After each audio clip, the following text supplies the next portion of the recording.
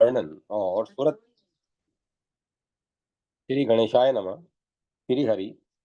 श्रीमद् देवी भागवत सुमेधा के द्वारा देवी की पूजा विधि का वर्णन एवं सुरत समाधि की तपस्या तथा देवी कृपा से सुरत को राज्य लाभ और समाधि को ज्ञान प्राप्ति।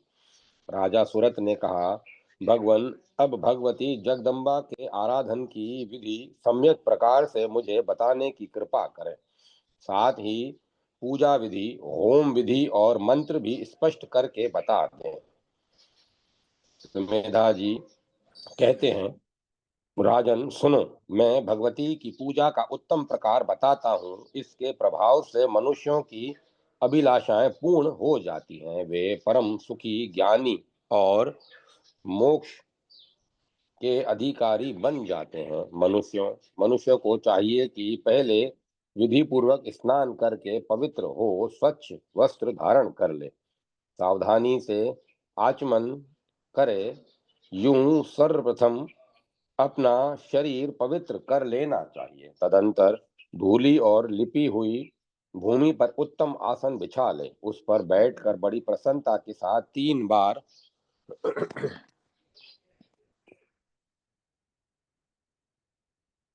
तीन बार विधिवत आचमन करे। अपनी शक्ति के अनुसार पूजन की सामग्रियां पास रख ले।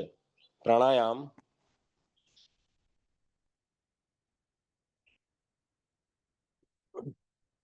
करने के पश्चात भूत शुद्धि करे। मंत्र पढ़कर सभी सामग्रियों पर जल के छींटे दे। फिर प्राण प्रतिष्ठा करे। समय का ज्ञान अवश्य रखना चाहिए। विधि पूर्वक मात्र का न्यास करे। तांबे का एक पवित्र पात्र चाहिए। उसमें श्वेत चंदन अथवा अष्टगंध से षटकोण यंत्र लिखें। उसके बाहर अष्टकोण यंत्र लिखना चाहिए। 99 मंत्र के 8 बीज अक्षर 8 कोणों में लिखे जाएं। 9वां अक्षर कर्णिका के मध्य भाग में लिखा जाता है। फिर वेद में बताई गई विधि के अनुसार इस उस यंत्र की प्राण प्रतिष्ठा होनी चाहिए। यंत्र के अभाव में भगवती की धातुमयी प्रतिमा बनवाने का विधान है। राजन, यामल आदि तंत्र ग्रंथों में पूजन के जो मंत्र कहे गए हैं, उनका उच्चारण करके यत्न पूर्वक भगवती की पूजा करनी चाहिए। खूब सावधान होकर वेदोक्त विधि से विधिवत पूजा करने के पश्चात 99 मंत्र का जप करें। मन भगवती के ध्यान से कभी विरत न हो। दशांश हवन करे। हवन का दशांश तर्पण, उसका दशांश मार्जन और उसका दशांश ब्राह्मण भोजन होना चाहिए। प्रतिदिन 3 चरित्रों का पाठ होना आवश्यक है। फिर विसर्जन करना चाहिए। विधि के साथ नवरात्र व्रत करने का भी विधान है। राजन, कल्याण चाहने वाले पुरुष को चाहिए अश्विन एवं और चैत्र के शुक्ल पक्ष में नवरात्र व्रत करें। हवन विस्तार पूर्वक होना चाहिए।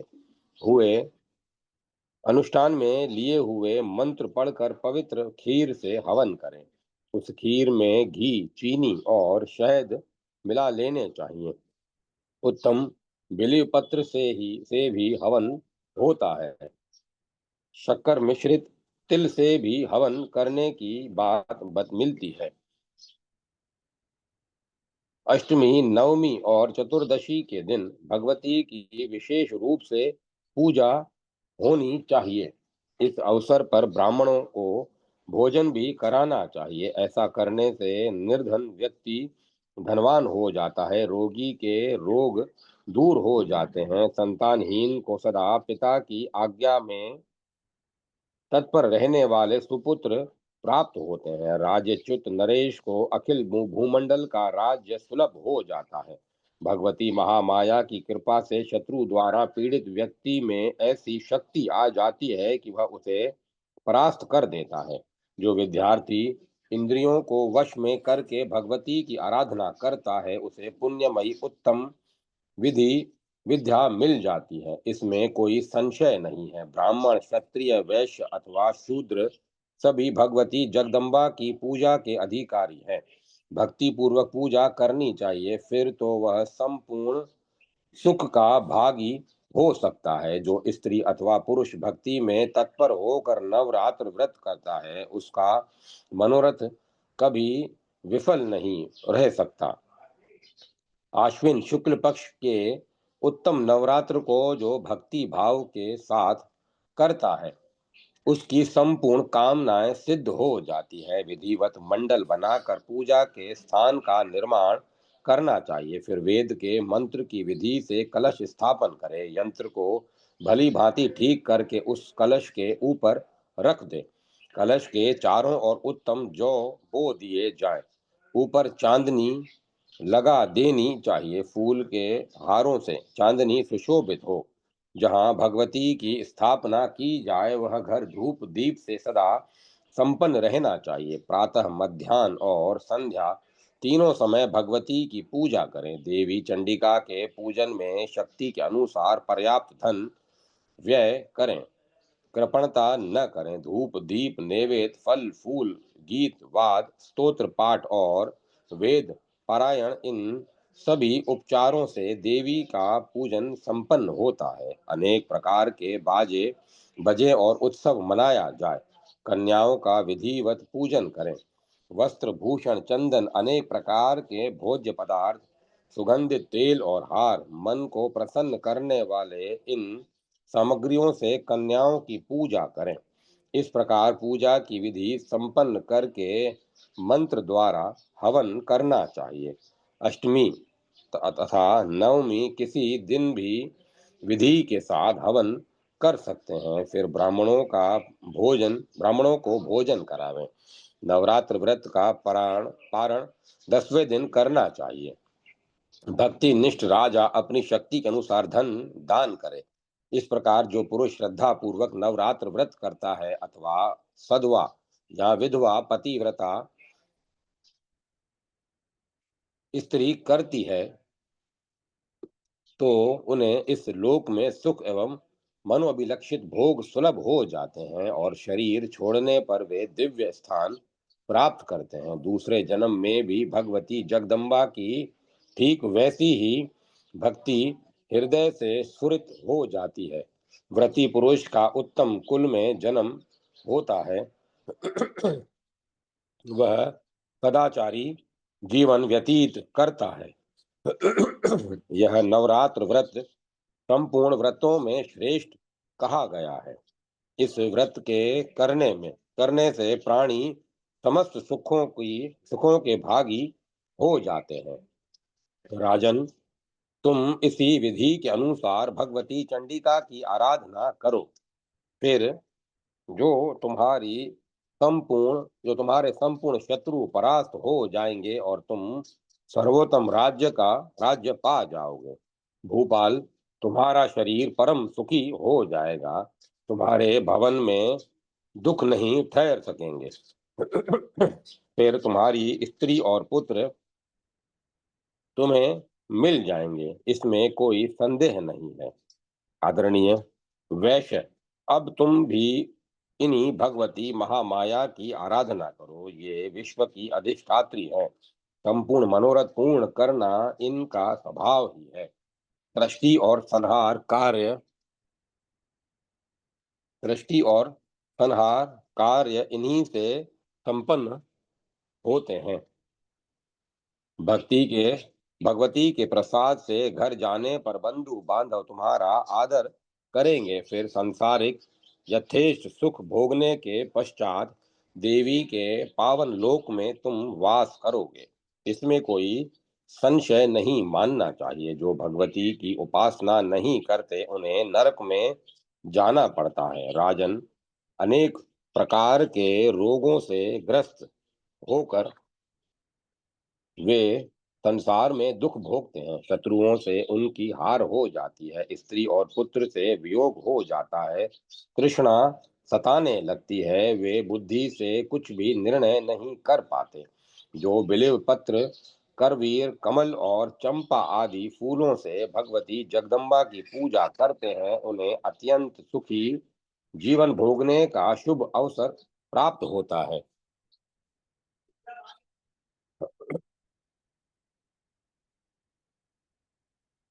भगवती की भक्ति से भगवती की भक्ति में तत्पर रहने वाले वे पुरुष धन्यवाद के पात्र हैं, जो वेदोक्त मंत्रों द्वारा आराधना देवी की आराधना करते हैं। वे मानव इस लोक में प्रचुर धनी, समस्त शुभ गुणों के भंडार तथा राजाओं के सिरमौर होते हैं। व्यास जी कहते हैं, समाधि वैश्य और राजा सूरत बड़े दुखी थे। सुमेधा सुमेधा मुनि की बात सुनकर उन्होंने मस्तक झुका दिया। उनके रोम रोम में नम्रता भर गई। हर्ष के द्वारा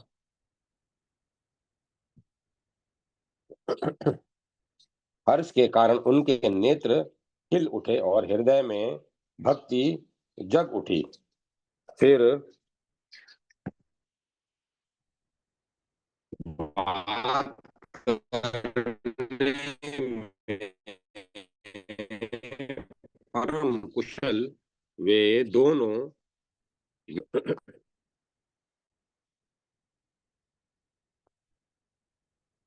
कहने लगे, भगवान, आपके मुखारविंद से निकली हुई आपके मुखारविंद से निकली हुई वाणी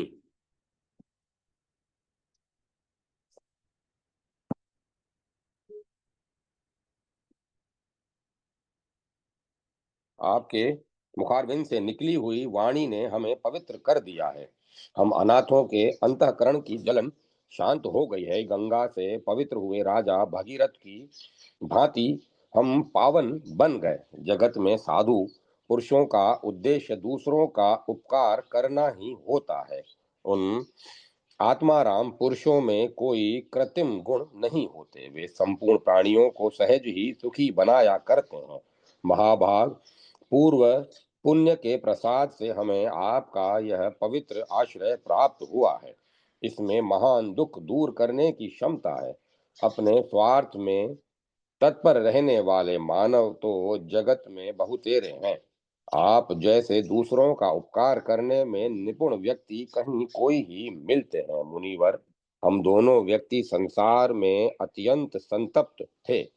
आपके आश्रय पर आपके आश्रम पर आ जाने आते ही हमारा खेद दूर हो गया। विद्वान, आपके दर्शन मात्र से हमारे दुख दूर हो गए। आपकी वाणी सुनने से अब हमारा शारीरिक और मानसिक संताप भी शांत हो गया। ब्रह्मन, आपकी अमृतमयी वाणी से हम धन्य और कृतार्थ हो गए। कृपा सिंधु, आपकी कृपा ने हमारा अंतःकरण पवित्र बना दिया। साधो, इस संसार सागर में थक कर हम डूब रहे हैं। यह जानकर मंत्र प्रदान द्वारा हाथ पकड़कर आप हमारा उद्धार कर दें। अब कठिन तपस्या करने के पश्चात सुखदायिनी भगवती जगदम्बा की आराधना करके फिर हम आपके दर्शन करेंगे।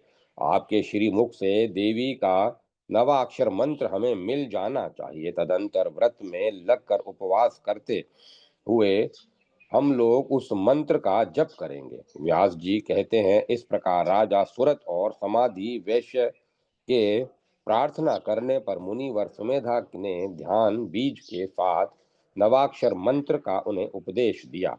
मंत्र मिल जाने पर मुनि के प्रति उनकी गुरु निष्ठा बन गई। तदंतर वे एक श्रेष्ठ नदी के तट पर चले गए और वहां उन्होंने एक निर्जन एकांत वन में आसन लगा लिया। वे चित्त स्थिर करके बैठ गए और शांत होकर जप में तत्पर हो गए। 3 चरित्रों का पाठ करना उनका नित्य नियम बन गया। यूं ध्यान करते हुए उन्होंने 1 महीने का समय व्यतीत कर दिया। तदंतर भगवती के चरण कमलों में उनकी अपार श्रद्धा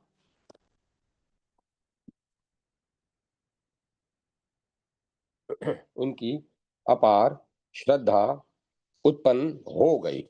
उनकी बुद्धि में किसी प्रकार का संकल्प विकल्प नहीं रहा। सुमेधा मुनि बड़े महात्मा पुरुष थे। कभी कभी सूरत और समाधि उनके पास जाते और चरणों में मस्तक झुकाकर लौट आते थे, फिर आसन लगाकर बैठ जाते थे। उनके लिए कभी कहीं भी दूसरा काम नहीं रह गया था। देवी के ध्यान में निरंतर लगे रहकर वे सदा मंत्र का जप किया करते थे। राजन, इस प्रकार तपस्या करते हुए 1 वर्ष का समय पूरा हो गया। अब तक वे कुछ फल खा लेते थे, पर अब वे फल छोड़कर केवल सूखे पत्ते खाकर रहने लगे। यूं सूखे पत्ते खाकर राजा सुरत और समाधि वैश्य ने 1 वर्ष तक तपस्या की। वे इंद्रियों को वश में करके जप और ध्यान में संलग्न रहते थे।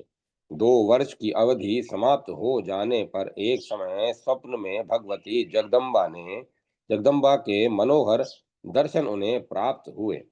भगवती जगदम्बा लाल रंग का वस्त्र पहने हुए थी, सुंदर भूषणों से उनके सर्वांग विभूषित थे।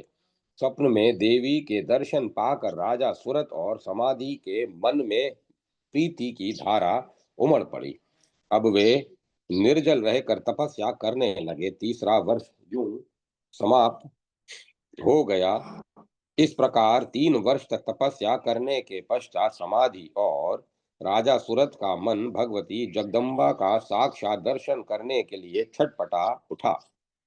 अब वे इस निर्णय पर पहुंचे कि देवी का प्रत्यक्ष दर्शन ही मनुष्यों को शांति प्रदान करने वाला है। हमें यदि वह नहीं प्राप्त हुआ तो हम अत्यंत दुखी होकर शरीर का त्याग कर देंगे। यूं निश्चय करके कठिन तप करने पर भगवती ने राजा सूरत और समाधि वैश्य को प्रत्यक्ष दर्शन दिए। उस समय वे अत्यंत दुखी थे और प्रीति के कारण उनका चित्त विक्षिप्त सा हो रहा था। देवी बोली, राजन, तुम्हारे मन में जो पाने की इच्छा हो वह वर मांगो। मैं तुम्हारी तपस्या से संतुष्ट हो गई हूँ। मैं समझ गई हूँ कि तुम मेरे भक्त हो। तदंतर देवी ने समाधि वैश्य से कहा, महामते, मैं प्रसन्न हो गई। तुम्हारे मन की क्या अभिलाषा है, कहो। मैं अब उसे पूर्ण करने के लिए तत्पर हूँ। व्यास जी कहते हैं, देवी की बात सुनकर राजा सूरत का सर्वांग प्रसन्नता से खिल उठा। उन्होंने कहा, अब आप बलपूर्वक मेरे शत्रु का वध करके उससे मेरा राज्य लौटाने की कृपा कीजिए। तब देवी ने राजा से कहा, राजन, अब तुम अब अपने घर लौट जाओ। तुम्हारे शत्रु की शक्ति समाप्त हो चुकी।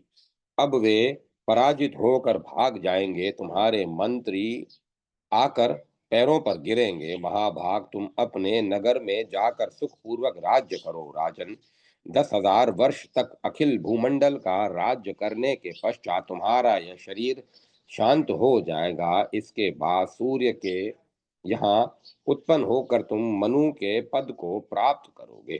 व्यास जी कहते हैं, उस समय पुण्यात्मा वैश्य ने हाथ जोड़कर देवी से यह कहा, मुझे घर, स्त्री और संपत्ति से कोई प्रयोजन नहीं है। ये सभी फंसाने वाले हैं। स्वप्न की भांति इनकी नश्वरता स्पष्ट है। माता, मुझे तो आप बंधन से मुक्त करने वाला विशुद्ध ज्ञान प्रदान करने की कृपा करें।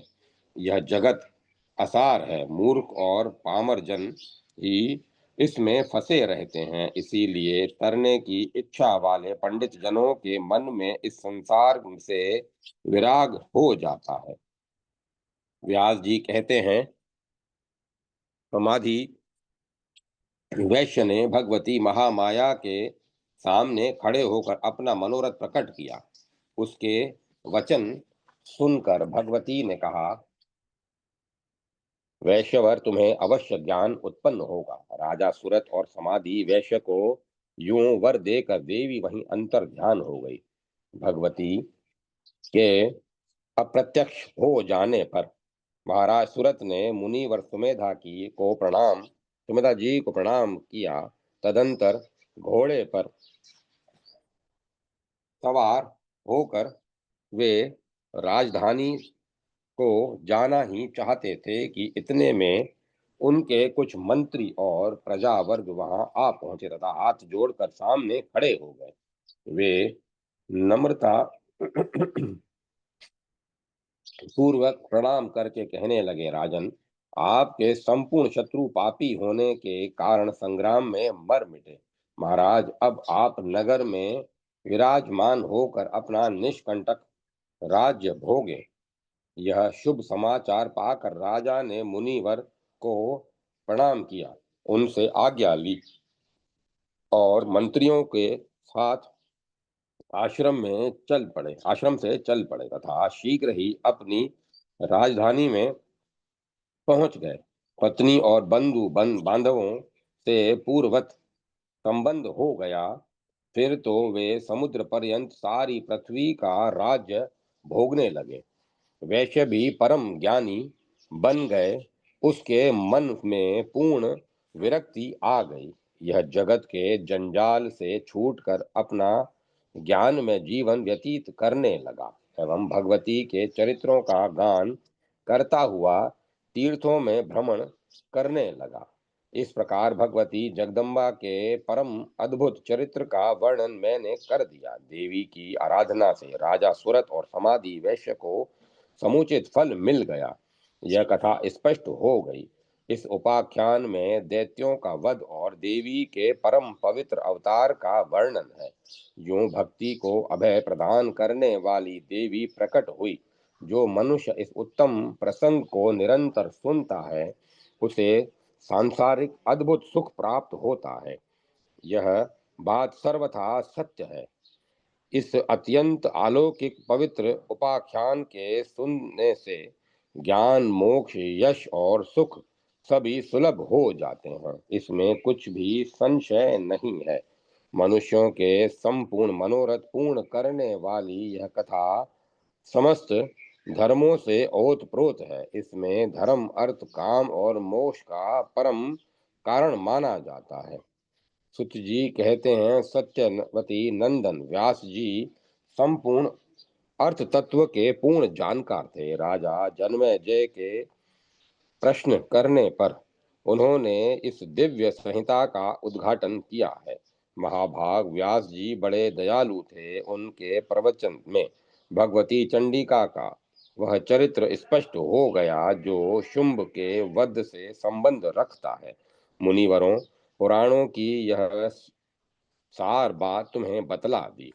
अध्याय 34-35 समाप्त। जय माता सरस्वती।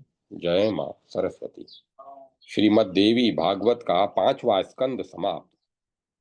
ओम श्री जगदम्बिकाय नमः। श्रीमद् देवी भागवत 6वां स्कंद। व्रतासुर के प्रसंग से में ऋषियों का प्रश्न, सुतजी का उत्तर, इंद्र के द्वारा विश्वरूप का वध, त्वष्टा से के यज्ञ में व्रत का प्रादुर्भाव। ऋषिगण बोले, महाभाग सुत जी, वेदव्यास जी जिस कथा के रचयिता हैं, उस पावन प्रसंग को स्पष्ट करने वाले आपके ये अमृतमय वचन बड़े ही मधुर है। इन्हें पीकर अभी हम तृप्त नहीं हुए हैं। अतः इस पौराणिक पवित्र कथा को हम पुनः आपसे पूछना चाहते हैं। इसे सुनने से पाप नष्ट हो जाते हैं। सुना है व्रतासुर नाम का एक प्रतापी असुर था। उसके पिता त्वष्टा थे। महात्मा इंद्र से ने युद्ध में उसे क्यों मार डाला? त्वष्टा देव वर्ग के सदस्य थे। उन्हीं का अत्यंत शूरवीर पुत्र व्रतासुर था। ब्राह्मण वंश में उसकी उत्पत्ति हुई थी। उसके शरीर में अथाह बल था।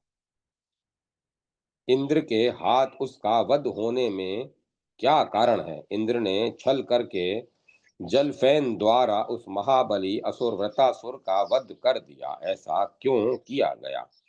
उस समय ब्राह्मण की हत्या से उत्पन्न पाप इंद्र को लगा या नहीं?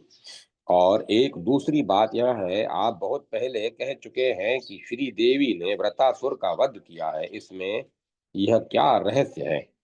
सुत जी कहते हैं, मुनिगण, व्रतासुर के वध से संबंध रखने वाला वह यह प्रसंग कहता हूँ, सुनो।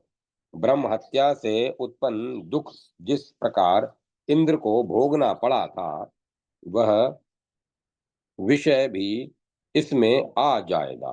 प्राचीन समय में राजा जन्मेजय ने भी सत्यवती नंदन व्यास जी से ऐसा ही प्रश्न किया था। उस समय उन्होंने उनसे जो बताया था वही मैं बतला रहा हूँ। जन्मेजय ने पूछा, मुने, इंद्र ने वृतासुर का वध किया, यह प्राचीन कथा है। फिर उस दैत्य को देवी ने कैसे मारा? किस कारण इस कार्य में देवी की प्रवृत्ति हुई? मुनिवर, एक ही वृतासुर के विनाशक दो कैसे हुए? इस प्रसंग को मैं सुनना चाहता हूँ। मुने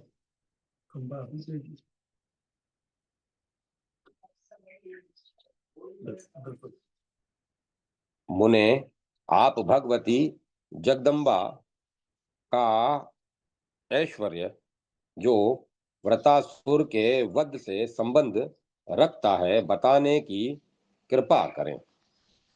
व्यास जी कहते हैं, राजन, तुम धन्य हो, तुम महान यशस्वी हो, क्योंकि प्रतिदिन कथा के प्रति तुम्हारे मन में भक्ति का प्रभाव बढ़ता रहता है। जब श्रोता एकाग्र होकर कथा सुनने में तत्पर रहता है, तभी वक्ता प्रसन्न होकर स्पष्ट भाषण करता है। प्राचीन समय में वृतासुर और इंद्र का युद्ध हुआ था। यह कथा ब्रह्मवृक्ष ब्राह्मण और पुराण में भी प्रसिद्ध है। वृतासुर को शत्रु मानकर इंद्र ने मार डाला, इससे उन्हें महान कलेश उठाने पड़े। राजन, इंद्र ने कपट वेश बनाया, तब वृतासुर की मृत्यु हुई। इस विषय में कोई आश्चर्य नहीं करना चाहिए, क्योंकि भगवती महामाया के प्रभाव से मुनियों की बुद्धि भी कुंठित हो जाती है। सत्व मूर्ति भगवान विष्णु माया फैलाकर दैत्यों को निरंतर मारा करते हैं। फिर उनके सिवाय दूसरा कौन है जो जगत को मोहित करने वाली भगवती महामाया को मन से भी जीत सके? उन्हीं महामाया की प्रेरणा से श्री हरि मत्स्य आदि योनियों में प्रकट होते रहते हैं। हजारों युगों की यही स्थिति है। यह शरीर, धन, घर, बांधव, पुत्र और स्त्री सब मेरे हैं। इस प्रकार के मोह में पड़कर संपूर्ण प्राणी पुण्य एवं पापमय कर्मों में रचे पचे रहते हैं, क्योंकि अपार गुण वाली महामाया सबको मोहित किए हुए है। कभी कोई भी मनुष्य इस माया को मिटा नहीं सकता। इसी माया के प्रभाव से महान देवता भी अपना प्रयोजन सिद्ध करने के लिए छल पूर्वक वृतासुर को मारने में तत्पर हो गए।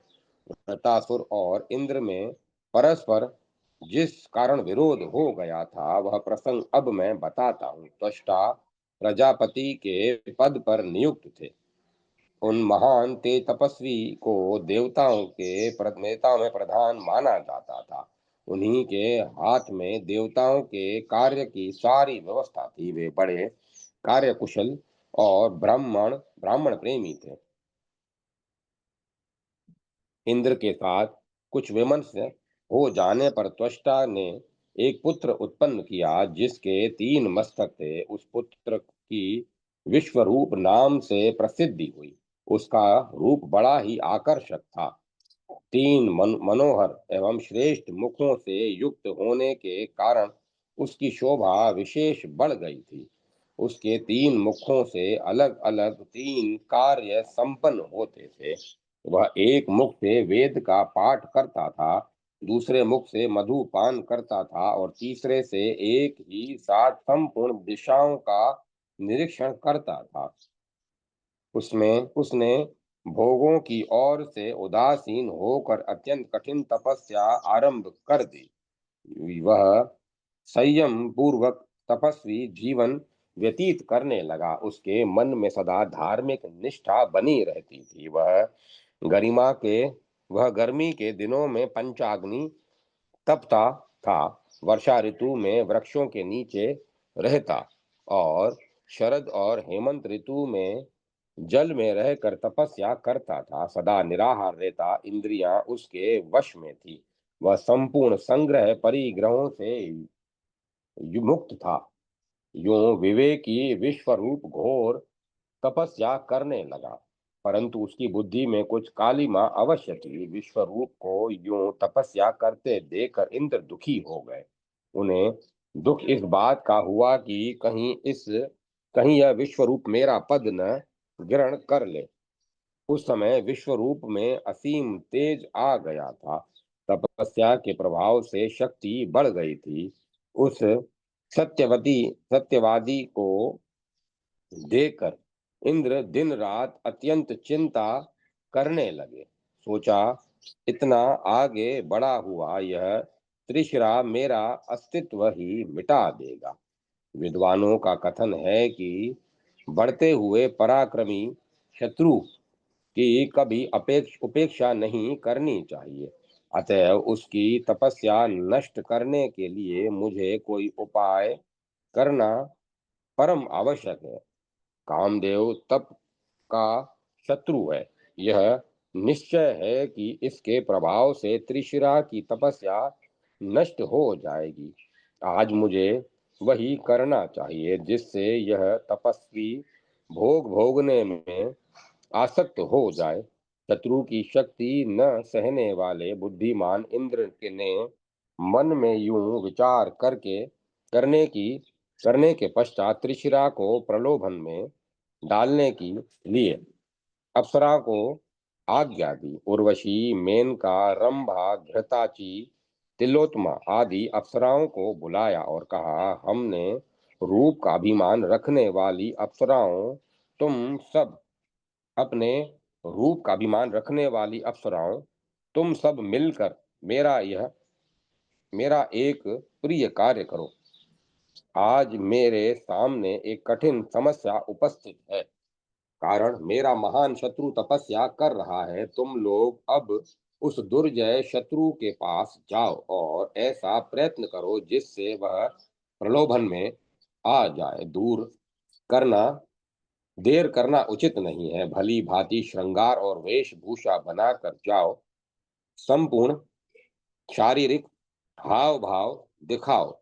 उसे लुभाने में सभी उपायों से काम लो। तुम्हारा कल्याण हो, मेरा संताप दूर करना अब तुम्हारे हाथ में है।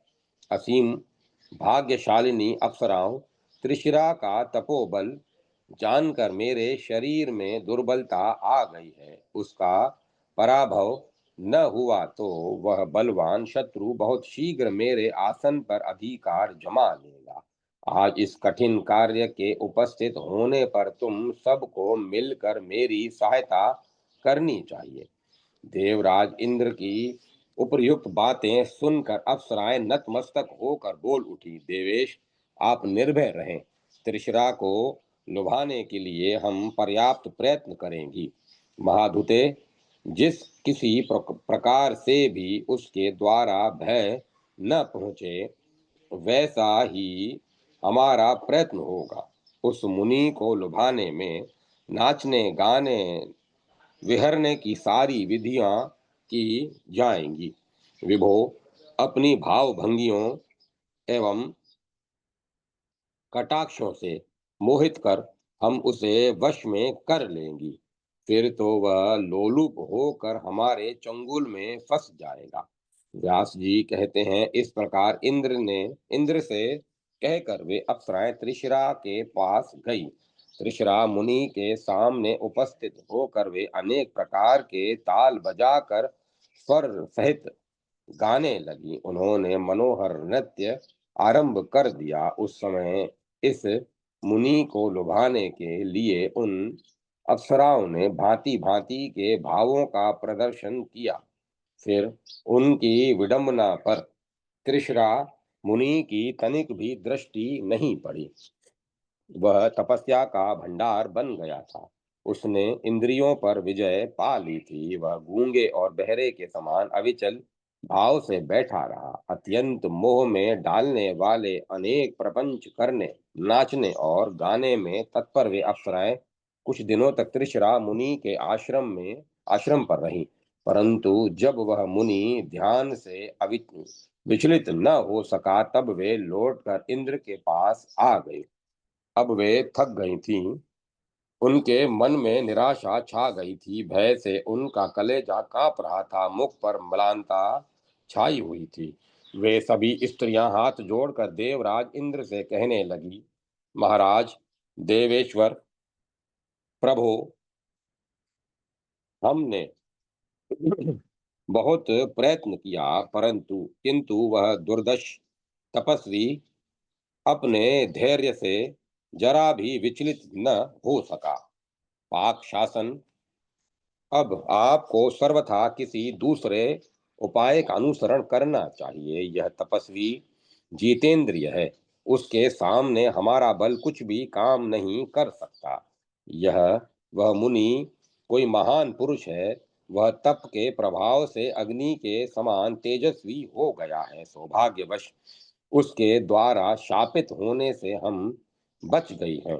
तदंतर खोटी बुद्धि वाले इंद्र ने अप्सराओं को विदा कर दिया और वे स्वयं चिंता में पड़े रहे। त्रिशरा किस उपाय से मारा जाएगा, यही उनके यही उनकी चिंता का एक विषय था।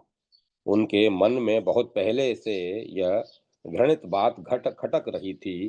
राजन, लोक लज्जा तथा पाप से होने वाले महान भय की कुछ भी परवाह न करके उसे मारने के लिए इंद्र बुरे विचार में लगे रहे। व्यास जी कहते हैं, उस समय देवराज इंद्र लोभाविष्ट होने के कारण घृणित विचार वाले हो गए थे। ऐरावत पर सवार होकर वे त्रिशरा मुनि के पास स्वयं गए। वहां पहुंच जाने पर अमित पराक्रमी मुनि उन्हें अमित पराक्रमी मुनि दिखाई पड़ा। वह स्थिर आसन लगाकर बैठा था, वाणी उसके अधीन थी। वह ध्यान मग्न होकर तप कर रहा था। तेज के कारण सूर्य और अग्नि के साथ उसकी तुलना हो रही थी। उसे देखकर इंद्र के मन में अत्यंत खेद उत्पन्न हो गया। सोचा, अहो, इस मुनि को मारने में कैसे सफल हो सकूंगा। निश्चय ही यह परम धर्मात्मा है, तपोबल से इसकी कांति चमक रही है, पर मेरे आसन पर अधिकार जमाने की इच्छा वाले इस शत्रु की अब उपेक्षा भी तो कैसे की जा सकती है। यूं विचार करने के पश्चात देवगणों के अध्यक्ष इंद्र ने स्वयं अपना सर्वोत्तम वज्रास्त्र, जो सूर्य एवं चंद्रमा के समान प्रकाश फैला रहा था, त्रिशरा मुनि पर चला दिया। उस समय मुनि की समाधि लगी थी। अब वज्र की चोट से घायल होकर वह तपस्वी जमीन पर गिर पड़ा, उसके प्राण पलायन कर गए। यह घटना देखने में बड़ी ही आश्चर्यजनक थी। जान पड़ता था मानो कुलिश से कटा हुआ पर्वत का शिखर गिर पड़ा हो। उसे मारकर देवताओं को अपार हर्ष हुआ। वहां उपस्थित मुनिगण हाहाकार करने लगे।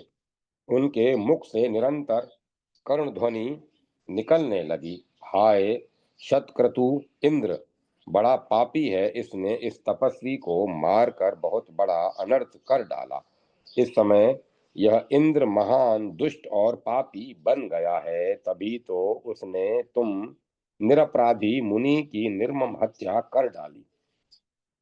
हत्या में हत्या से प्रकट हुआ पाप फल इस पापी को अवश्य भोगना पड़ेगा। तदंतर त्रिशरा मुनि का वध करके इंद्र अपने भवन की ओर चले। वह मुनि महान आत्मा तथा तप का भंडार था। इंद्र द्वारा मारे जाने पर भी ऐसा प्रकाशमान हो रहा था मानो जीवित पुरुष हो। जमीन पर निर्जीव पड़ा था, परंतु प्राणधारी व्यक्ति की भांति उसके द्वारा चेष्टा हो रही थी। यह देखकर इंद्र अत्यंत चिंतित हो गया। उसके सभी अंगों पर उदासी छा गई।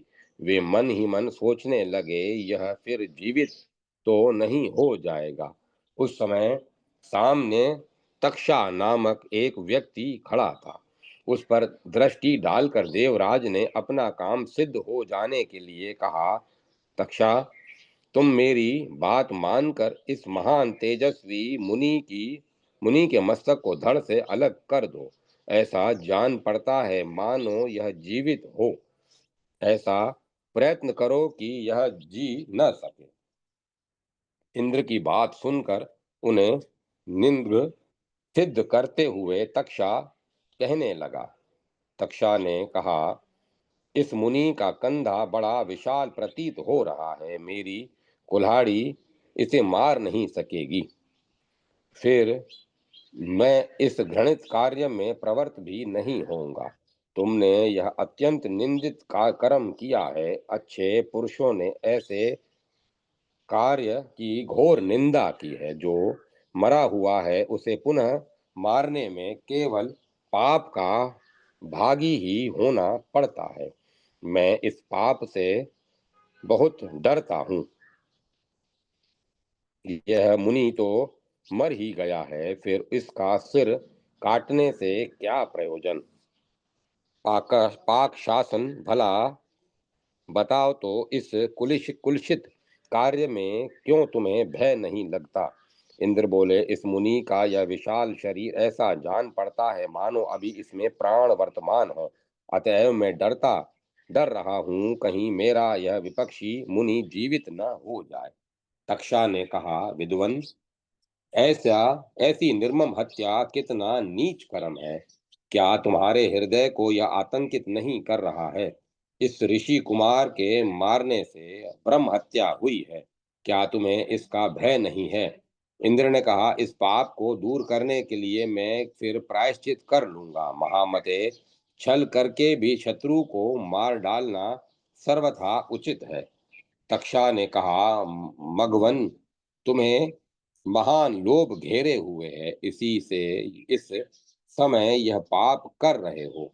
किंतु विभो, भला बताओ तो तुम्हारे सिवा मैं इस नीच कर्म में सम्मिलित क्यों हूँ।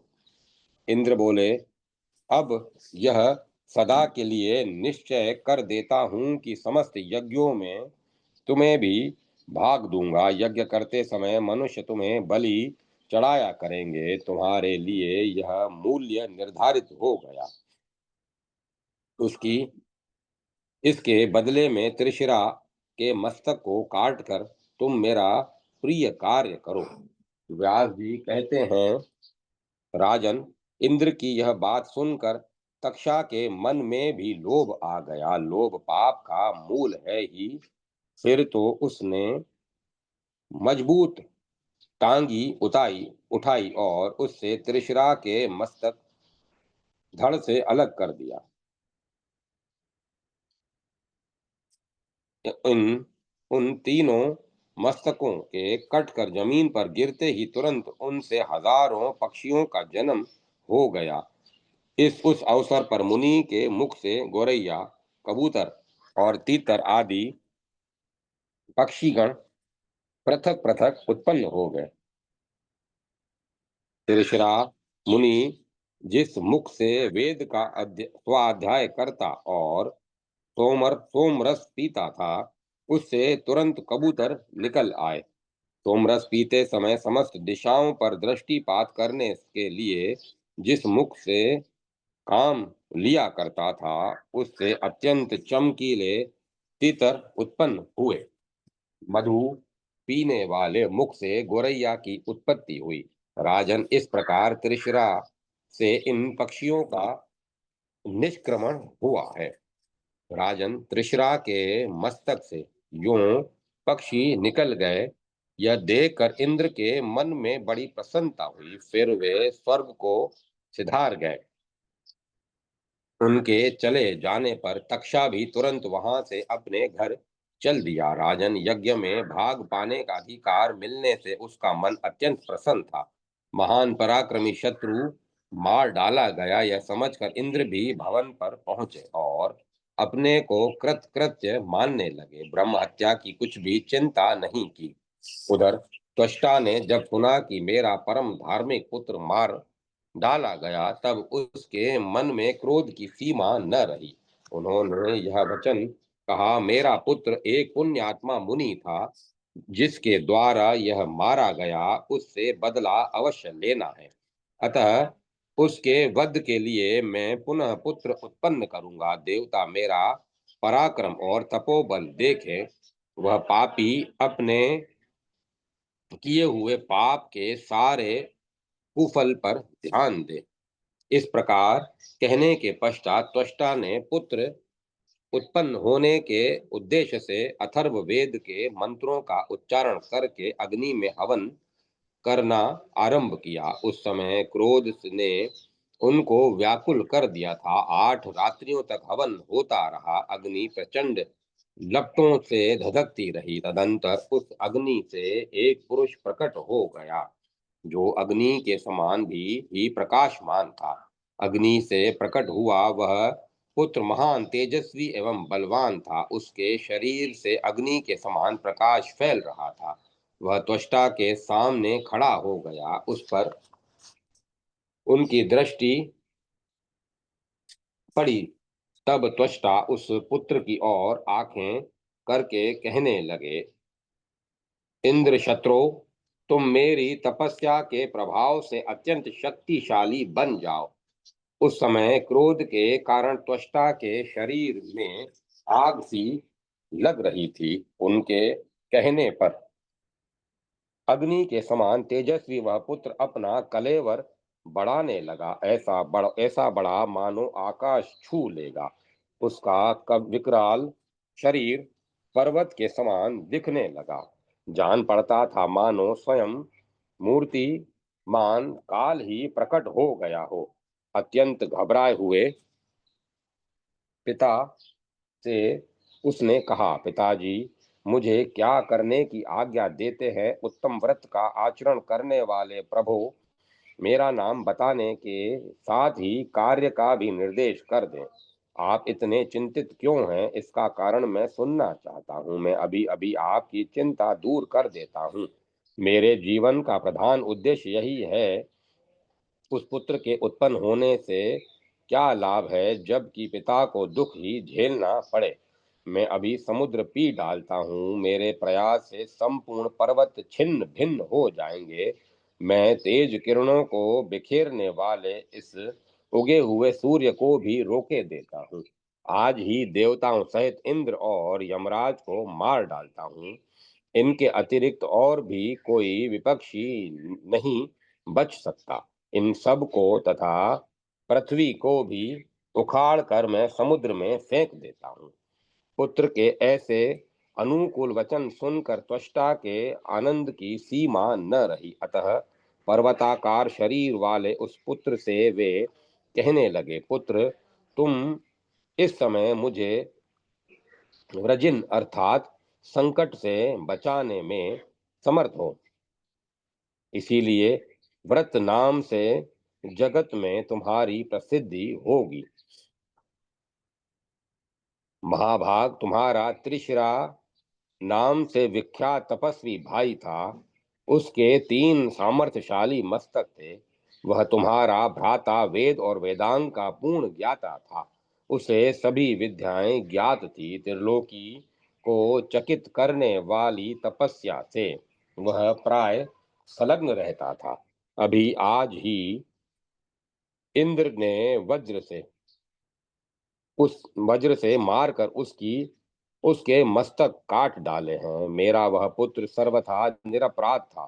सहसा यह अप्रिय घटना घट गई। अतएव पुरुष व्याघ्र, अब तुम पापी इंद्र को परास्त करो, क्योंकि वह ब्रह्मघाती नीच निर्लज दुर्बुद्धि और महान शठ है।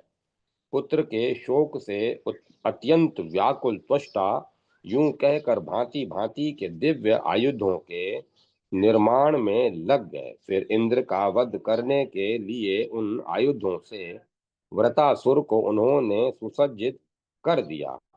उन्होंने मेघ के समान प्रतिभाशाली तथा भार सहने में समर्थ शीघ्रगामी एक अत्यंत सुंदर सुदृढ़ रथ वृतासुर को दे दिया और उसे युद्ध करने की आज्ञा दी। अध्याय 1-2 समाप्त। जय माता सरस्वती। जय मां सरस्वती। वृतासुर के द्वारा इंद्र की पराजय। व्यास जी कहते हैं, राजन, तदंतर महाबली वृतासुर वेद के पारगामी विद्वानों द्वारा स्वयं स्तवन कराकर रथ पर बैठा और इंद्र को मारने के लिए चल पड़ा। देवताओं ने जिन बहुत से दैत्यों को परास्त कर दिया था, वे क्रूर स्वभाव वाले दानव भी वृतासुर को महान बलि समझकर उसकी सेवा करने के लिए साथ हो लिए। यह दानव युद्ध करने के विचार से आ रहे हैं, यह देखकर इंद्र के गुप्तचर बड़ी शीघ्रता के साथ देवराज के पास पहुंचे और वृतासुर क्या करना चाहता है उन्होंने यह सूचना दी। दूतों ने कहा, स्वामिन, वृतासुर नाम का दानव आपका घोर शत्रु है। त्वष्टा ने इस बलवान राक्षस को उत्पन्न किया है। अब बहुत शीघ्र ही रथ पर बैठकर वह यहाँ आ रहा है। पुत्र की मृत्यु से संतप्त होने के कारण त्वष्टा के मन में क्रोध का संचार हो गया था। उन्होंने आपका संहार करने के लिए मंत्र प्रयोग से इस दुर्दश दैत्य को उत्पन्न किया है। इसके साथ बहुत से राक्षस भी हैं। महाभाग, भयंकर शब्द करने वाला यह शत्रु बड़ा ही विकराल है। इसकी आकृति ऐसी है मानो मंदराचल अथवा सुमेरु पर्वत हो। अब इसके आने में किंचन मात्र विलंब नहीं है। आप अपनी रक्षा का प्रयत्न करें। इस उसी अवसर पर अत्यंत डरे हुए देवता भी वहां आ पहुंचे। अभी इंद्र गुप्तचरों के की बात सुन ही रहे थे, इतने में वे भी अपनी बात सुनाने लगे। देवताओं ने कहा, मघवन, इस समय स्वर्ग में अनेक प्रकार के अपशकुन हो रहे हैं। पक्षियों की बोली से जान पड़ता है कि कोई महान भय सामने आना चाहता है। कौवे, गिद्ध, बाज और कंक नाम वाले भयंकर पक्षी घरों पर आते हैं और विकृत बोली बोलकर रुदन करने लगते हैं।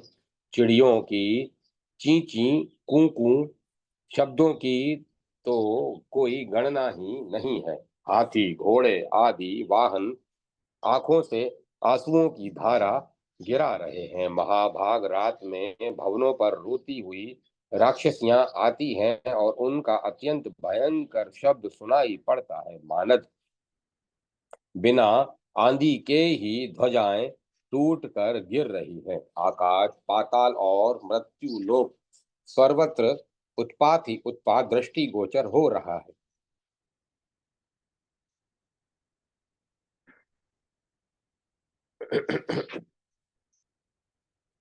रात में सियारनियां घर के आंगन में आती हैं और उनका करुण क्रंदन आरंभ हो जाता है। प्रत्येक घर में गिरगिटों के जाले लगे हैं।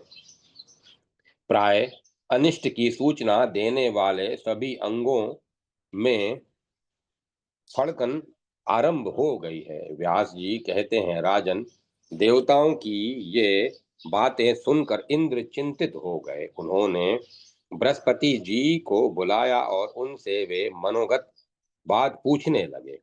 इंद्र ने पूछा, ब्रह्मन, बड़े आश्चर्य की बात है कि ये भयंकर अपशकुन क्यों हो रहे हैं। महाभाग, आप सर्वज्ञ हैं। इस विघ्न को दूर करने की आप में पूर्ण योग्यता है। आप बुद्धिमान,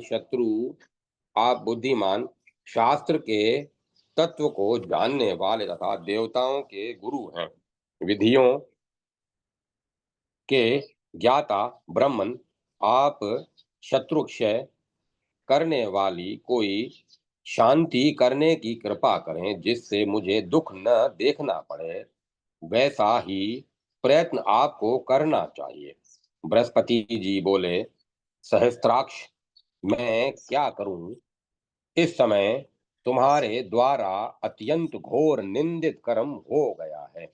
निरपराधी मुनि को मारकर तुम क्यों इस बुरे फल के भागी बन गए? अत्यंत उग्र पुण्य और पापों का अमिट फल शीघ्र भोगना ही पड़ता है। अतएव कल्याण चाहने वाले पुरुष को चाहिए कि खूब सोच समझकर कार्य करे, जिससे दूसरे कष्ट पाए। ऐसा कर्म कभी भी न करें। दूसरों को पीड़ा देने वाला स्वयं सुखी रहे, यह असंभव है। शुक्र शर्क, तुमने मोह और लोभ में पड़कर ब्रह्म हत्या कर डाली है। अब सहसा किए हुए उसी पाप कर्म का यह फल तुम्हारे सामने आया है। संपूर्ण देवता मिलकर भी उस वृतासुर को नहीं मार सकते। तुम्हें मारने के लिए ही यह तुम्हें मारने के लिए ही वह आ रहा है। उसके साथ बहुत से दानव भी आ रहे हैं। वास्तव दिव्य आयुधों को लेकर वह सामने आ रहा है। देवेंद्र, वह प्रतापी दुर्दश दैत्य जगत का संहार करने की इच्छा से आ रहा है। यह किसी प्रकार मारा नहीं जा सकता। राजन, इस प्रकार बृहस्पति जी के कहने पर वहां कोलाहल मच गया। यक्ष गंधर्व किन्नर तप को ही सार समझने वाले मुनि तथा देवता सब के सब घर छोड़कर भाग चले। यह देखकर इंद्र अत्यंत चिंतित हो गए।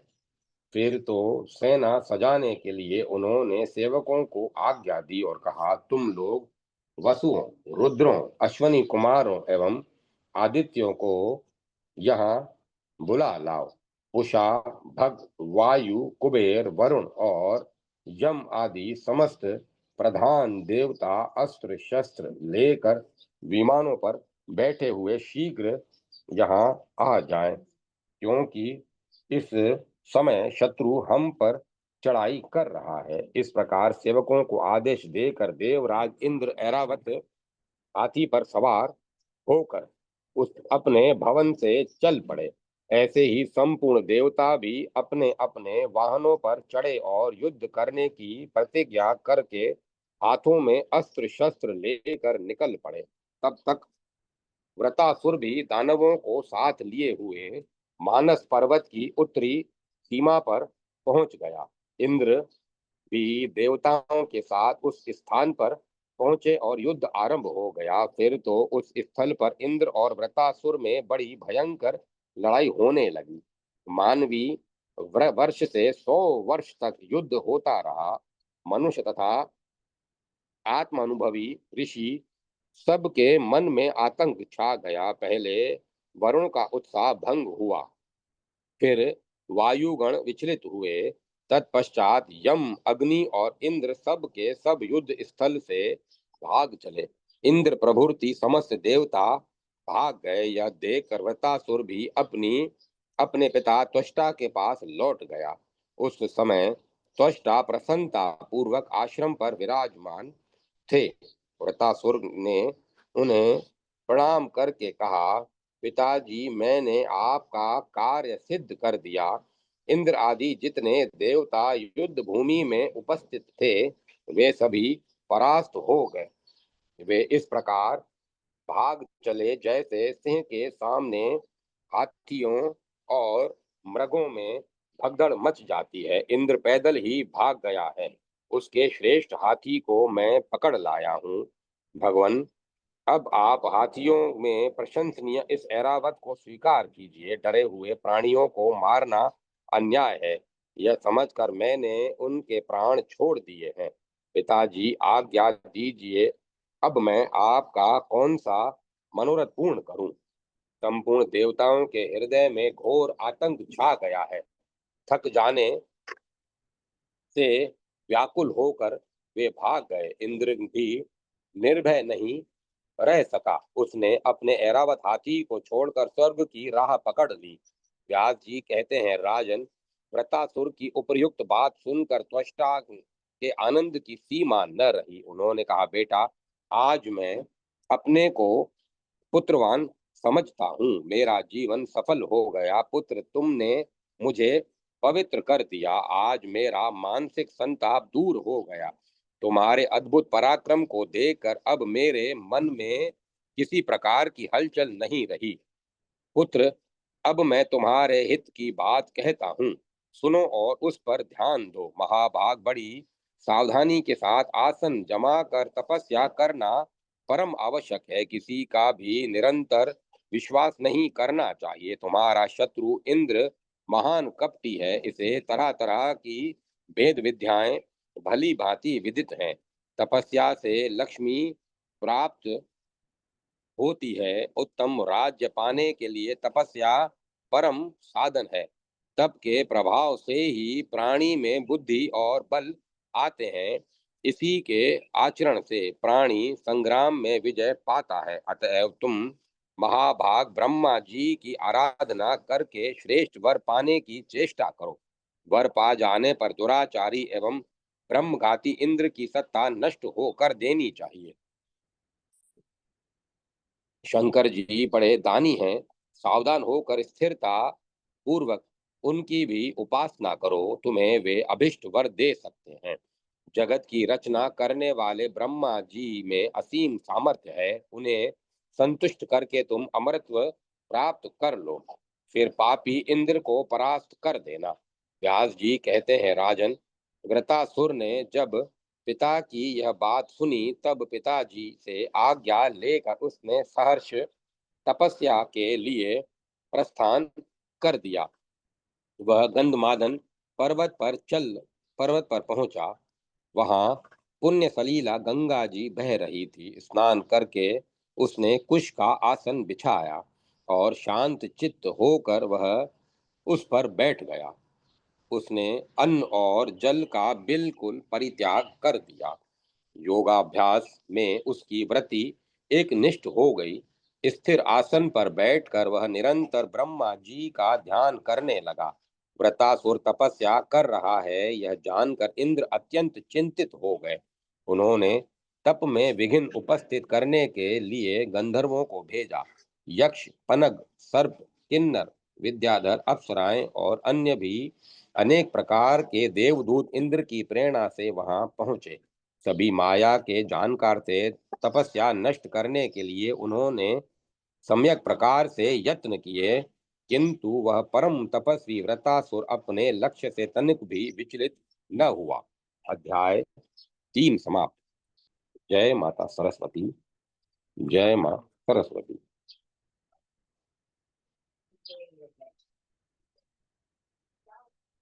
व्रतासुर की तपस्या तथा वर प्राप्ति। व्रत के द्वारा देवताओं पर विजय। व्रत को मारने की योजना। व्यास जी कहते हैं, राजन, व्रतासुर अपना कार्य सिद्ध करने के लिए चित्त एकाग्र करके तपस्या कर रहा था। उसे देखकर विघ्न उपस्थित करने के विचार से गए हुए देवता निराश होकर वापस लौट आए। तपस्या के 100 वर्ष पूर्ण होने पर लोक पितामह ब्रह्मा जी हंस पर बैठे हुए तुरंत वहां पधारे। आकर उन्होंने कहा, त्वष्टानंदन, शांत रहो। अब ध्यान करने की आवश्यकता नहीं है। वर मांगो, मैं तुम्हारे मनोरथ पूर्ण करने के लिए तैयार हूँ। तप करते हुए तुम अत्यंत दुर्बल हो गए हो, यह देखकर अब मैं परम संतुष्ट हूँ। तुम्हारा कल्याण हो, अपना अभिष्ट वर मांग लो। व्यास जी कहते हैं, ब्रह्मा जी जगत के अद्वैत करता है। वृतासुर के समक्ष उन्होंने जो अत्यंत विशद वाणी कही, यह वह अमृत के समान मधुर थी। उसे सुनकर वृतासुर ने तपस्या का साधन बंद कर दिया और वह अविलंब उठकर सामने खड़ा हो गया। उस समय हर्ष के उद्रेक से उसके नेत्र आंसुओं से भर गए थे। वह दोनों हाथ जोड़े नम्रता पूर्वक मस्तक झुकाकर ब्रह्मा जी के चरणों में प्रणाम करके सामने खड़ा हो गया। नम्रता के कारण उसका शरीर झुका हुआ था। फिर वरदाता ब्रह्मा जी से, जो तपस्या से परम संतुष्ट थे, अत्यंत गदगद वाणी में कहने लगा, प्रभु आप प्रभु, आज आपका अत्यंत दुर्लभ दर्शन मिल जाने से मुझे संपूर्ण देवताओं का पद प्राप्त हो गया। किंतु नाथ, मेरा प्रवृद्ध मन एक बड़ी कठिन अभिलाषा से युक्त है। कमलासन, उस अभिलाषा को मैं निवेदन करता हूँ। आप में कोई भाव यद्यपि आपसे कोई भाव छिपा नहीं है, मैं चाहता हूँ भगवन लोहे अथवा काठ से बने हुए सूखे एवं भीगे हुए तथा उसके सिवाय अन्य भी किसी प्रकार के अस्त्र शस्त्रों से मेरी मृत्यु न हो सके। मेरा पराक्रम सदा बढ़ता रहे, जिससे परम बलशाली देवता युद्ध में मुझे कभी जीत न सके। व्यास जी कहते हैं, राजन, व्रत के इस प्रकार प्रार्थना करने पर ब्रह्मा जी उसके प्रति बोले, वत्स, उठो, तुम्हारा कल्याण हो, जाओ, तुम्हारी अभिलाषा सदा सफल रहेगी। सूखे गीले अस्त्र शस्त्र तथा किसी कठोर पदार्थ आदि से तुम्हारा मरण नहीं हो सकेगा। मेरी यह बात अमिट है। वृतासुर को यूं वर देकर ब्रह्मा जी स्वर्ग स्वयं लोक में पधार गए। वर पा जाने पर वृतासुर के हर्ष की सीमा न रही। वह अपने घर लौट गया। उस महान मेधावी दैत्य ने अपने पिता त्वष्टा के सामने ब्रह्मा जी से वर पाने की बात स्पष्ट कर दी। वर युक्त पुत्र को पाकर त्वष्टा परम प्रसन्न हो गए। उन्होंने उससे कहा, महाभाग, तुम्हारा कल्याण हो। अब मेरे शत्रु इंद्र को परास्त करो। इंद्र बड़ा पापी है, इसने मेरे पुत्र त्रिशरा का वध कर डाला है। तुम जाओ और उसके प्राण हर लो। तदंतर युद्ध में विजयी होने के पश्चात स्वर्ग का शासन सूत्र भी तुम्हारे हाथ में रहना परम आवश्यक है। बेटा, पुत्र वध से उत्पन्न हुए मेरे अपार दुख को दूर करने में तुम तत्पर हो जाओ। पिता के जीवित रहते उनकी आज्ञा का पालन करें। मृत्यु होने पर भूरी भोजन करावे। मृत्यु दिवस पर बहुसंख्यक ब्राह्मणों को भोजन करावे और फिर गया में जाकर पिंड दान करे। उन तीन कर्मों से पुत्र की पुत्रता सार्थक होती है। अतएव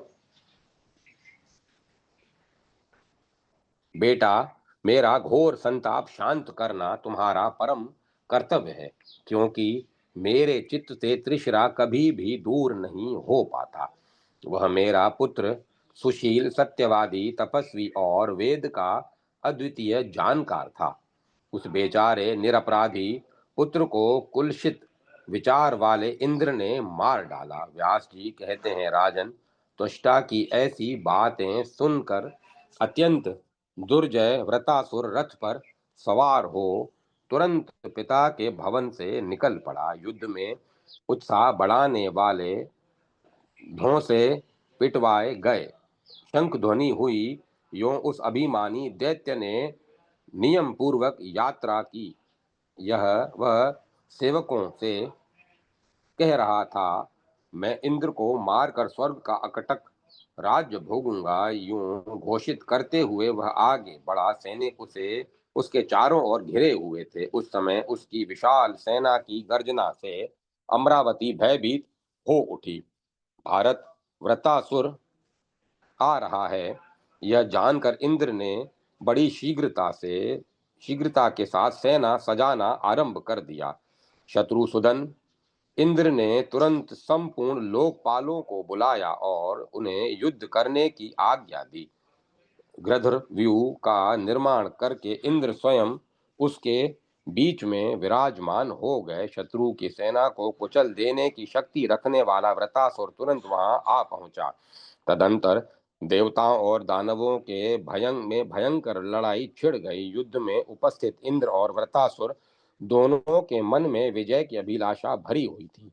देवता और दानव दोनों एक दूसरे के रहस्य को जानते हुए बड़े उत्साह के साथ लड़ रहे थे। अपने अपने उत्तम आयुधों से एक दूसरे पर प्रहार करने में व्यस्त थे। इस प्रकार का भयंकर संग्राम चिढ़ जाने पर वृतासुर की क्रोधाग्नि धधक उठी। उसने अकस्मात इंद्र को पकड़ा और उन्हें वस्त्र एवं कवच आदि से रहित करके मुख में डाल लिया और स्वयं ज्यों का त्यों डटा रहा। महाराज, उस समय उसके हर्ष की सीमा नहीं रही। इंद्र ने वृतासुर के मुंह में चले जाने पर देवताओं के मन में अपार आश्चर्य और दुख हुआ। हाँ, इंद्र मारे गए, यूं बार बार विलाप करते हुए वे चिल्ला उठे। देवराज मुख में छिप गए। यह जानकर संपूर्ण देवता अत्यंत व्याकुल होकर दीनता पूर्वक प्रणाम करके बृहस्पति जी से कहने लगे, द्विजवर, आप हमारे परम गुरु हैं, बताइए अब क्या करना चाहिए। हम सभी देवता रक्षा कर रहे हैं, फिर भी वृतासुर ने इंद्र को निगल लिया। उनके न रहने से हम सब लोगों का पराक्रम समाप्त हो गया। अतः अब हम क्या कर सकते हैं विभो? आप इंद्र का उद्धार होने के लिए शीघ्र ही कोई अनुष्ठान करने की कृपा करें। बृहस्पति जी ने कहा, देवताओं, क्या किया जाए? वृतासुर प्रबल शत्रु है, इसने इंद्र को मुख में डाल लिया है। वे उसी में पड़े हुए हैं, परंतु अभी वे जीवित हैं। व्यास जी कहते हैं, राजन, देवराज की यह दशा देखकर देवता चिंता के कारण अत्यंत घबरा उठे। फिर आपस में विचार करके इंद्र को छुड़ाने के लिए वे तुरंत यत्न करने लगे। उन्होंने बृहस्पति की सम्मति से शत्रु का संहार करने वाली महान बलवती जमाई का सृजन किया। वृतासुर को जमाई आई और उसका मुख खुल गया। ऐसी स्थिति में कुछ समय तक उसका मुंह फैला रहा। इंद्र अपने अंगों को समेटकर उसके मुख से तुरंत बाहर निकल आए। तभी से जगत में जमाई की उत्पत्ति हुई। देवराज बाहर निकल आए, यह देखकर समस्त देवताओं के मुख पर हंसी छा गई। उसके बाद फिर युद्ध आरंभ हो गया। देवताओं और दानवों का वह रोमांचकारी घोर संग्राम 10,000 वर्षों तक चलता रहा। संपूर्ण संसार त्रस्त हो उठा। अभिमान में चूर रहने वाले वृतासुर की शक्ति जब अधिक बढ़ गई, तब उसके तेज से फीके पड़ जाने के कारण इंद्र परास्त हो गए। इंद्र में इंद्र में युद्ध में हार जाने पर उसे महान कलेश हुआ। उसकी पराजय देखकर देवताओं के विषाद की सीमा नहीं रही। फिर तो इंद्र प्रभृति सब देवता युद्ध भूमि छोड़कर भाग चले। तुरंत वृतासुर आया और देव सदन पर उसने अपना अधिकार जमा लिया। स्वर्ग के समस्त उपवन अब उसके उपभोग में आने लगे। उसने श्रेष्ठ हाथी ऐरावत को भी अपने सवारी में ले लिया। राजन, अब संपूर्ण देव विमानों की व्यवस्था वृतासुर के हाथ में आ गई। सर्वोत्तम उच्चेश्वा घोड़े का स्वामी स्वयं वही हो गया। कामधेनु, गौ, पारिजात वृक्ष, पुष्प, अप्सराएं तथा जो कुछ भी रत्न थे, उन सब पर वृतासुर का अधिकार हो गया। अपने स्थान से च्युत हुए सारे देवता पर्वतों की कंदराओं में जाकर बड़े कष्ट के साथ समय व्यतीत करने लगे। अब उन्हें यज्ञ में भाग मिलना भी बंद हो गया। भारत तदंतर इंद्र सहित वे देवता कैलाश पर्वत पर गए। वहां भगवान शंकर विराजमान थे। उन्होंने उन्हें प्रणाम किया और हाथ जोड़कर बड़ी नम्रता के साथ वे कहने लगे, देव देव महादेव, कृपा सिंधु महेश्वर, हम वृतासुर से परास्त हो गए हैं। भय से हमारा कलेजा कांप रहा है।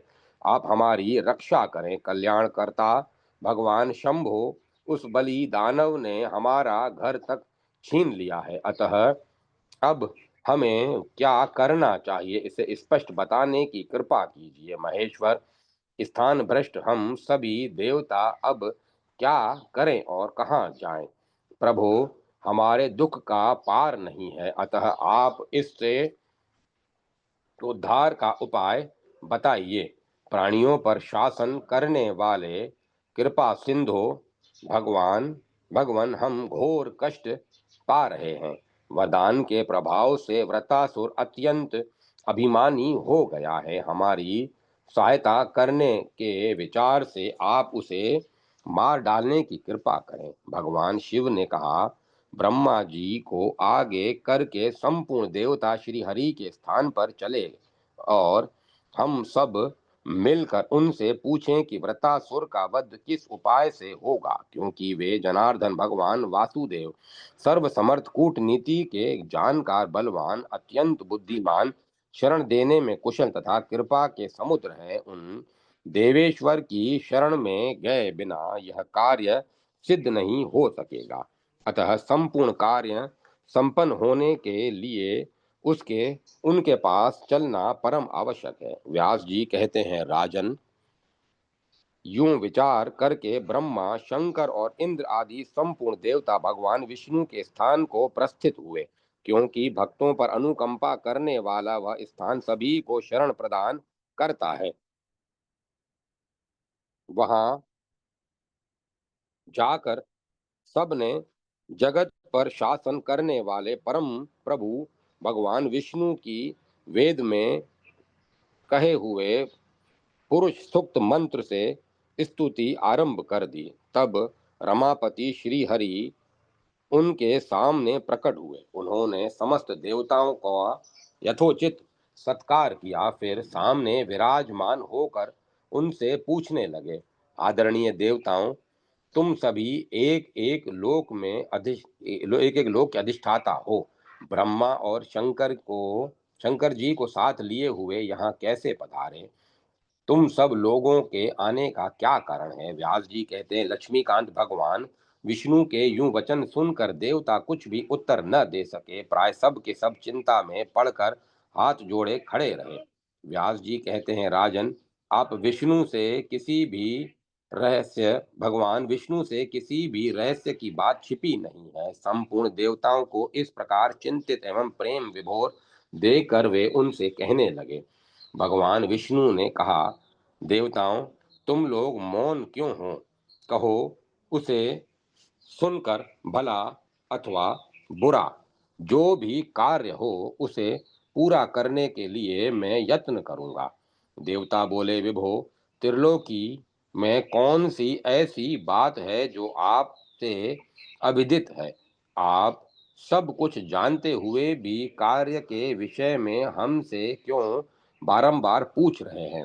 भगवान विष्णु ने कहा, श्रेष्ठ देवता, तुम्हें डरना नहीं चाहिए। मुझे एक सर्वसम्मत उपाय मालूम है। वृतासुर को मारने के लिए वही उपाय मैं तुम्हें बताता हूँ, जिससे तुम परम सुखी हो जाओगे। तुम लोगों का परम कर्तव्य है कि बल, बुद्धि, अर्थ अथवा छल जिस किसी प्रकार से भी अपना हित साधन हो, आप उसी उपाय में से काम लें। तत्वदर्शी पुरुषों ने कहा है कि सुहृदों तथा विशेषतः दुर्हृदयों के प्रति किए जाने वाले उपाय साम, दान आदि भेदों से 4 प्रकार के होते हैं।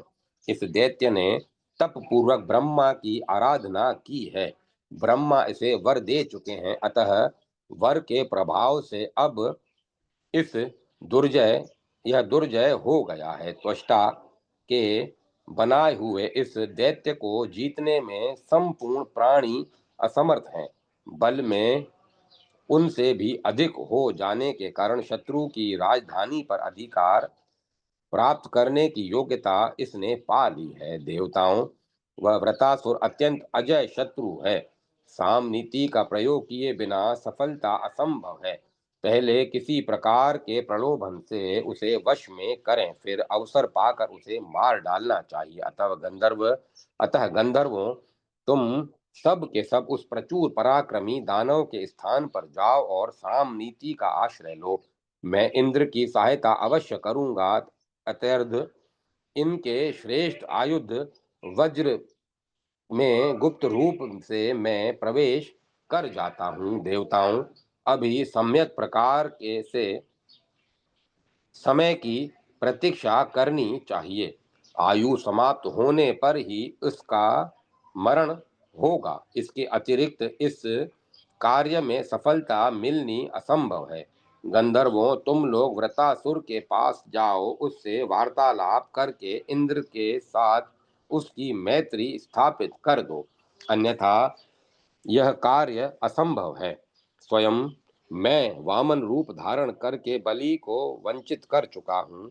एक बार मैंने मोहिनी वेश बनाया था, जिससे संपूर्ण दैत्य धोखे में आ गए थे। अतः अपने हित पर दृष्टि रखते हुए आप लोग मंगलमयी भगवती योग माया के पास जाएं। देवताओं उनके शरणापन्न होकर भावना पूर्वक मंत्रों को पढ़कर स्तुति करें, तब वे देवी आपकी सहायता अवश्य करेंगी। उन परा प्रकृतिमयी सत्व स्वरूपा भगवती को हम निरंतर प्रणाम करते हैं।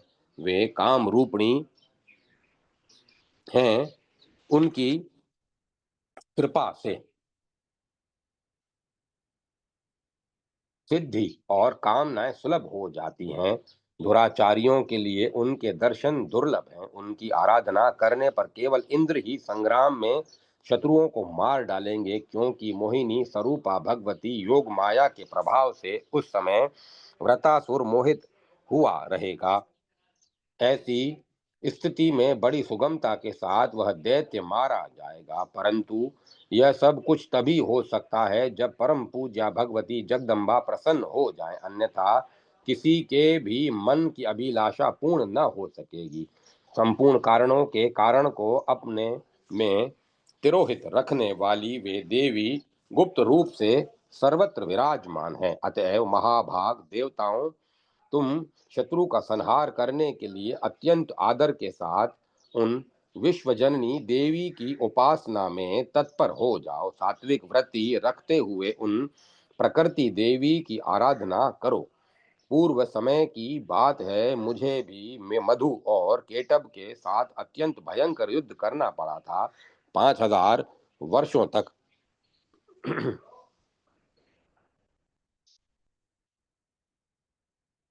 लड़ाई होती रही, तब वे मारे गए। उस समय मैंने उन परम प्रकृति भगवती जगदम्बा की स्तुति की थी।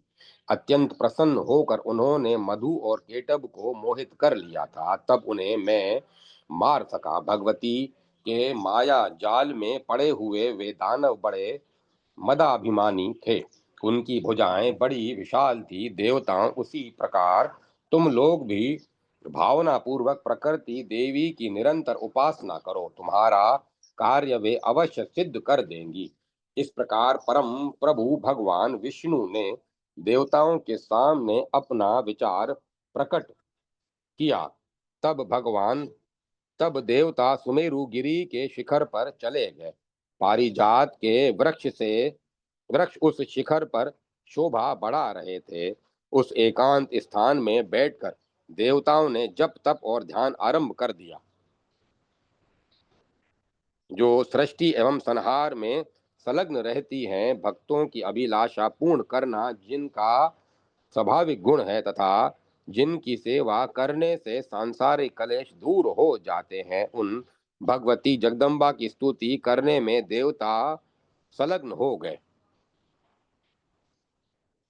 देवता बोले, देवी प्रसन्न हो और देवताओं की रक्षा करो। वृतासुर द्वारा हम अत्यंत दुखी हैं। उसने संग्राम में हमें बहुत कष्ट पहुंचाया है। दीनों का दुख दूर करने वाली देवी, तुम परमार्थ स्वरूपा हो। देवता सदा से तुम्हारे चरण कमलों की छत्र छाया में आश्रय पा चुके हैं, अतः तुम अखिल विश्व की जननी हो।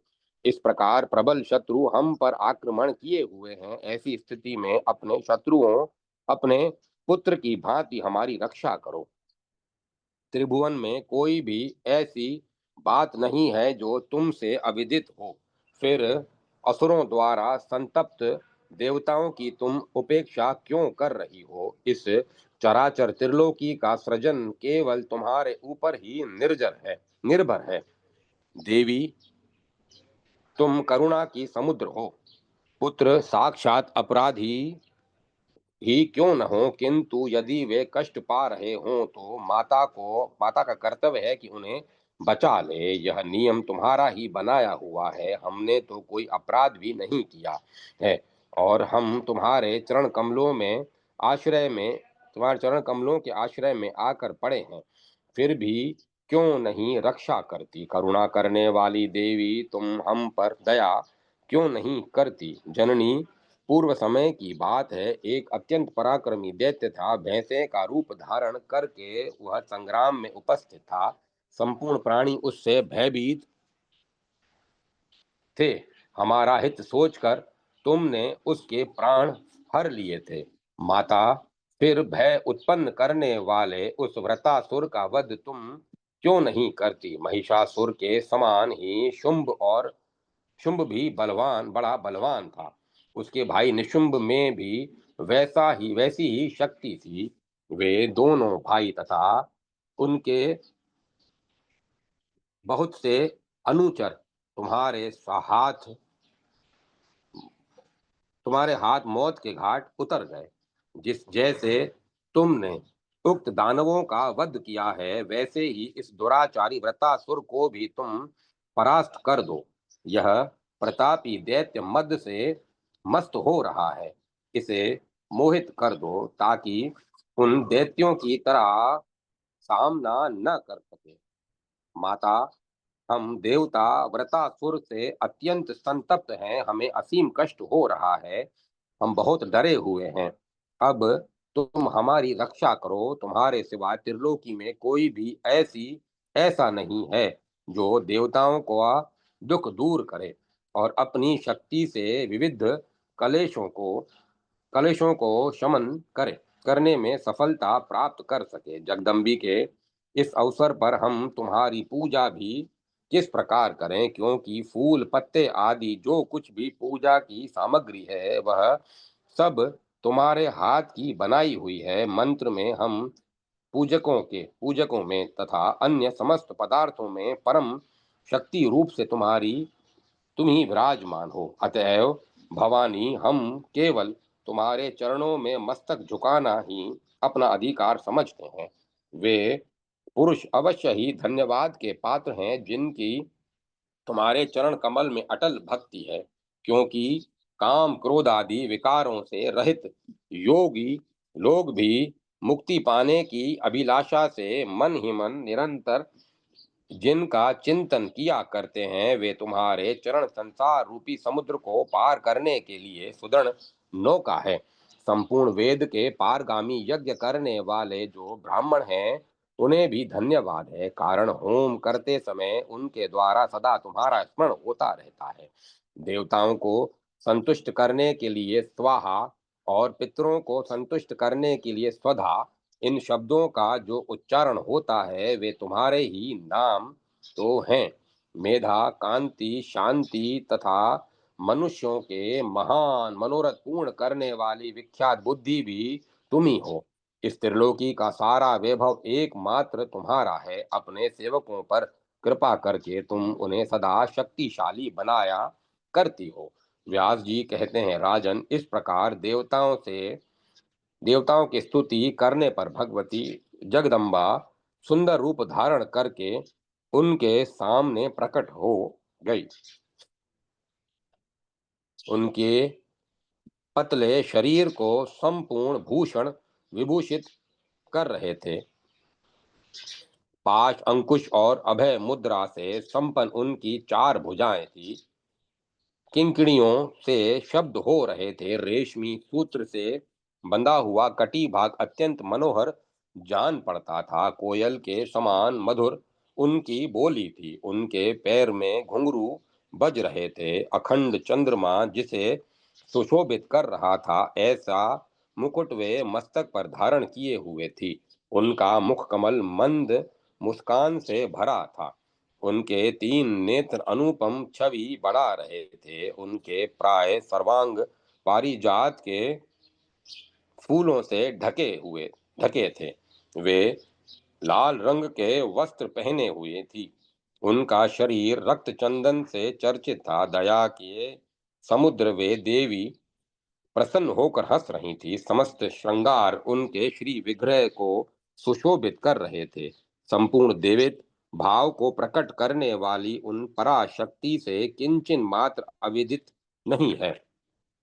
सबकी रचना करने वाली वे देवी अखिल अधिष्ठान स्वरूपिणी है। संपूर्ण वेदांत उन्हीं को सिद्ध करने के में सार्थक होते हैं।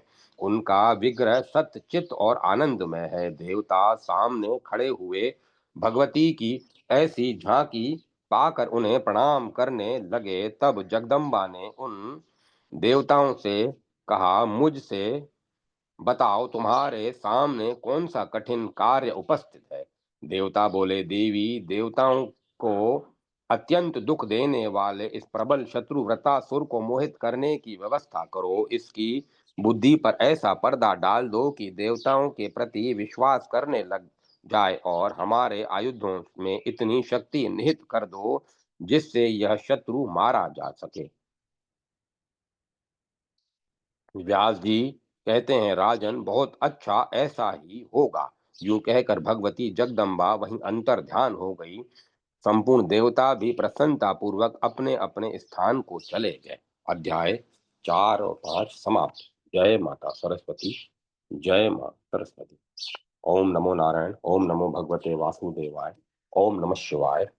ओम ऐं ह्रीं क्लीं चामुंडाय विच्चे। राम लक्ष्मण जान की जय बोलो हनुमान की। ओम तत्सत। ओम तत्सत। ओम। अब कथा को विराम दिया जाता है।